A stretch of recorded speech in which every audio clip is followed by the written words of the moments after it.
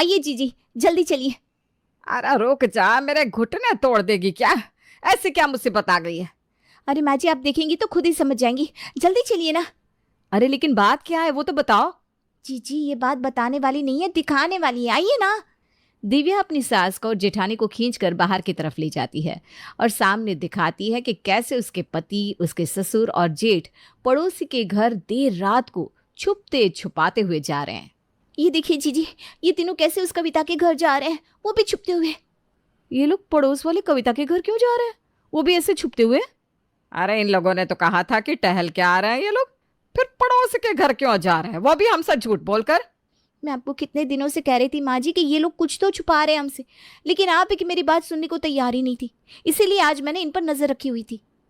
अरे पर इन लोगों ने हमसे झूठ क्यों कहा कि ये लोग टहलने जा रहे हैं? अरे वही बात तो मुझे भी समझ में नहीं आ रही। अगर उन्हें कोई काम था पड़ोसी के घर में तो हमें बता कर जाते। आप दोनों कितनी भोली हैं, आपको क्या लगता है कि ये तीनों आपको बता कर जाएंगे?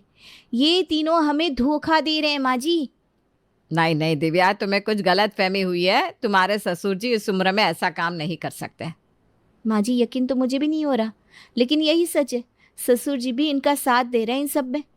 इसका मतलब ये तीनों हमें धोखा दे रहे हैं, इनका चक्कर चल रहा है। हाँ, पड़ोसियों के साथ।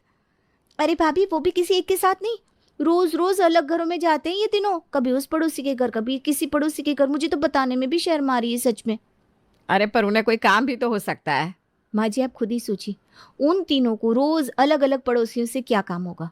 मैं कह रही हूँ ये तीनों हमें धोखा दे रहे हैं। नहीं नहीं नहीं, मैं नहीं मान सकती इस बात को। ठीक है, एक काम करते हैं, आपकी तसल्ली के लिए हम इनसे पूछ लेते हैं कि वो लोग कहाँ गए थे। अगर उन्होंने झूठ बोला तो आपको मेरी बात माननी पड़ेगी, और अगर उन्होंने सच कह दिया तो मैं उन पर शक करना छोड़ दूंगी। ठीक है, अभी जब वो तीनों घर आएंगे तो हम उनसे सब कुछ सच सच पूछ लेंगे। दिव्या के कहने पर साधना और निशा दोनों ही अपने अपने पतियों का इंतजार करने लगी।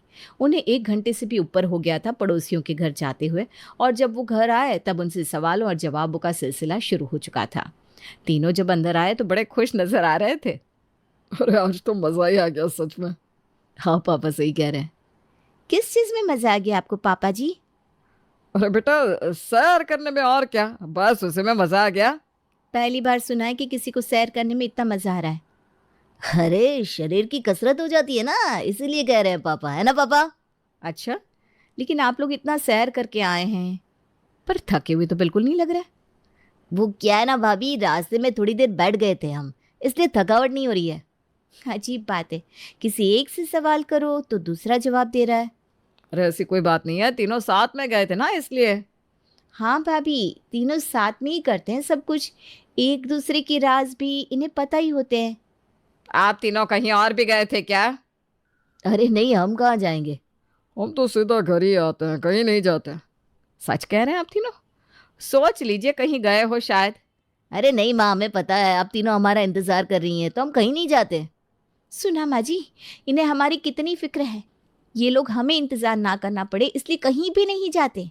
और नहीं तो क्या, साधना तो मुझे अच्छे से जानती है कि मैं उससे कितना प्यार करता हूँ। हाँ लेकिन अब लगता है कि शायद मैं आपको जानती ही नहीं हूँ। क्या मतलब? मतलब कि आप बहुत होशियार हो गए हैं ना अब, इसलिए। अरे वो तो क्या है ना, तुम्हारे साथ का असर है साधना, बस। दिव्या और अपनी पत्नियों के बार बार पूछने पर भी इन तीनों ने बताया नहीं कि वो लोग कल रात को पड़ोसियों के घर गए थे, और अब तो उनकी पत्नियों का शक और भी ज्यादा पक्का हो चुका था। क्या हुआ निशा बहू, इतने गुस्से में क्यों अंदर आ रही हो? माँ जी अभी ये लोग ऑफिस जा रहे थे, तभी ये पड़ोस की जया इन लोगों के सामने देखकर मुस्कुरा रही थी। मुझे इतना गुस्सा आ रहा था कि उस जया का मुंह ही तोड़ दूं। लेकिन अब जया का मुंह तोड़ने से क्या फायदा जब हमारे खुद के ही सिक्के खोटे हैं तो। हाँ माँ जी, इसीलिए तो अभी तक चुप बैठा है, नहीं तो पता नहीं मैं क्या कर देती। लेकिन माँ जी हमें कुछ तो करना ही होगा, इन्हें रंगे हाथों पकड़ना ही होगा। हाँ, ये तीनों तो कभी हमसे सच कहेंगे नहीं, इसलिए अब हमें सबूत इकट्ठा करके इन्हें रंगे हाथ पकड़ना होगा। माँ जी आज रात को जब ये पड़ोसी के घर जाएंगे ना, तब हम इनका पीछा करेंगे और इन्हें रंगे हाथ पकड़ भी लेंगे। लेकिन हमें सावधान रहना होगा, अगर इन्हें पता चल गया कि हम इनका पीछा करने वाले हैं तो ये लोग चौकन्ने हो जाएंगे। हाँ शातिर तो है ही, पर हम भी कम नहीं है माँ जी। आज इनके धोखे का आखिरी दिन होगा। एक बार हमने इन्हें रंगे हाथ पकड़ लिया, बस फिर तो ऐसा सबक सिखाएंगे कि याद रखेंगे सारी उम्र। दिव्या ने अपनी जिठानी और सास के साथ मिलकर आज तीनों की धोखे का पर्दाफाश करने का सोच लिया था। आज रात ये तीनों भी बड़े अच्छे से तैयार हो रहे थे। क्या बात है, आज तो नया नाइट सूट पहना है आपने? अरे वो बस ऐसे कभी कभी पहन लेना चाहिए ना। अच्छा, सैर पर जाने के लिए नया नाइट सूट? अच्छा, नया परफ्यूम भी लगा रहे हैं? ऐसे ही कुछ खास नहीं, गर्मी बहुत है ना तो परफ्यूम से अच्छी खुशबू आती है बस। अब मैं चलता हूँ, पापा और आरव मेरा इंतजार कर रहे होंगे। हाँ हाँ बिल्कुल, जाइए। बाहर आते ही तीनों एक साथ बाहर निकलने के लिए तैयार होते हैं। आज क्या बात है, तीनों बहुत चमक रहे हैं। अरे कुछ नहीं, बस ऐसे ही सैर करने जा रहे हैं। बाहर कई लोग मिलते हैं तो अच्छा तो दिखना चाहिए ना। लेकिन पापा जी, रात को आपको कौन देखेगा, वो भी सैर करते हुए?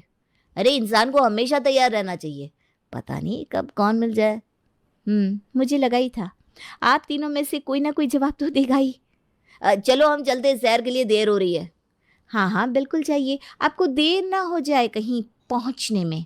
ये तीनों घर से निकलकर आज पिछली गली की सीमा के घर जाते हैं और उनकी बीवियां उन्हें देख लेती हैं।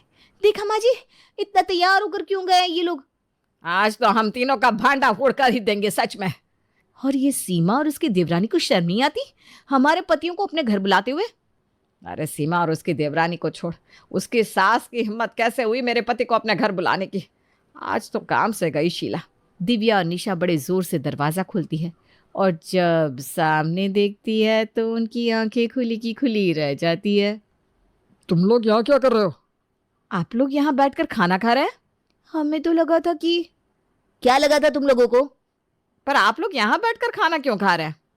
और क्या करते? तुम लोगों के हाथ का खाना खाने लायक होता है क्या? दाल में दाल कम, पानी ज्यादा दिखता है।